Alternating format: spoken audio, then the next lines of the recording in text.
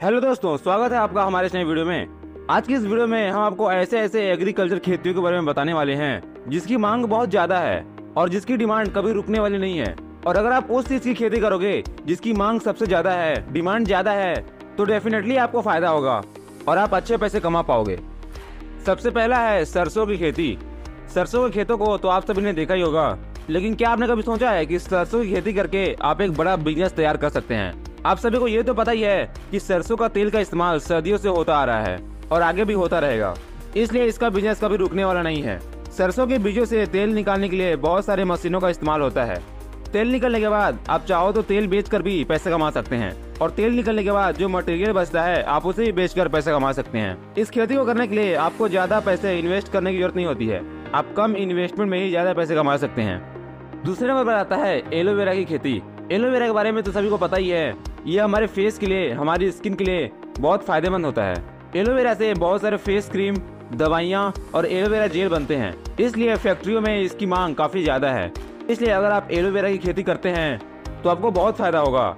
आप इसकी खेती करके एलोवेरा को डायरेक्ट कंपनियों से कॉन्टेक्ट करके सारा माल कंपनियों में बेच सकते हैं, जिससे आपकी अच्छी कमाई होगी। तीसरे नंबर पर आता है बांस की खेती। बांस, जिसे बैम्बू भी कहते हैं, अगर आप बैम्बू की खेती करते हैं तो इस खेती में बहुत कम मेहनत लगती है, लेकिन कमाई बहुत ज्यादा होती है। इसकी खेती जून या जुलाई से की जाती है। बांस का ज्यादातर इस्तेमाल घर बनाते समय होता है, क्योंकि बांस लंबा होने की वजह से इससे ऊपर चढ़ने में काफी मदद मिलती है।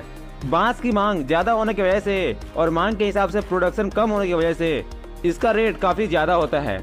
ऐसे में अगर आप भी बांस की खेती करते हैं तो आप बहुत सारा पैसा कमा सकते हैं, लेकिन उसके लिए आपको बड़े जगह में खेती करनी होगी, जिससे प्रोडक्शन ज्यादा होगा और आपको ज्यादा प्रॉफिट होगा। इसलिए बैम्बू की खेती भी एक बहुत ही अच्छा बिजनेस प्लान हो सकता है आपके लिए। नंबर 4 पर आता है सोयाबीन की खेती। आपने सोयाबीन तो खाया ही होगा और इसी खेती के बारे में भी सुना होगा। मार्केट में सोयाबीन की काफी डिमांड है और दिन ब दिन सोयाबीन की मांग बढ़ती ही जा रही है, क्योंकि इसमें काफी मात्रा में प्रोटीन होता है। ज्यादातर किसानों को सोयाबीन की खेती में बहुत फायदा हो रहा है और कुछ लोग तो ऐसे भी हैं जो सोयाबीन को डायरेक्ट मार्केट में नहीं बेचते हैं, बल्कि अलग अलग तरह के प्रोडक्ट को बनाकर उसे मार्केट में बेच रहे हैं, जिससे उनको ज्यादा प्रॉफिट हो रहा है। सोयाबीन की खेती खासकर गर्म इलाकों में किया जाता है, क्योंकि गर्म इलाके में इसकी उपज ज्यादा होती है।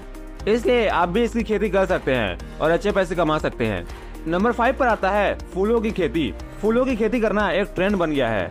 लोग फूलों के पौधों को अपने घरों में, गार्डन में, बगीचे में लगाते हैं ताकि उनकी खुशबू आती रहे, और बहुत लोग अपने शौक के लिए भी इसे लगाते हैं।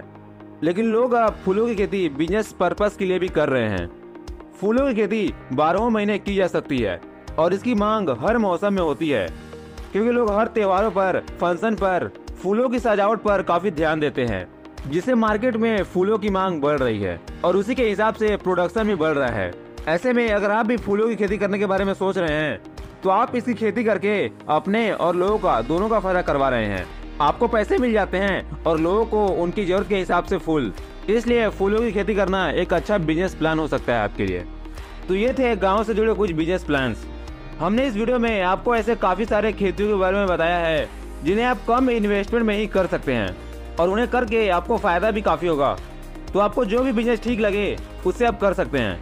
और इस वीडियो को जितना हो सके उतना ज़्यादा शेयर करना, और वीडियो कैसे लगी कमेंट करके जरूर बताना, और वीडियो को लाइक करके चैनल को सब्सक्राइब जरूर कर देना।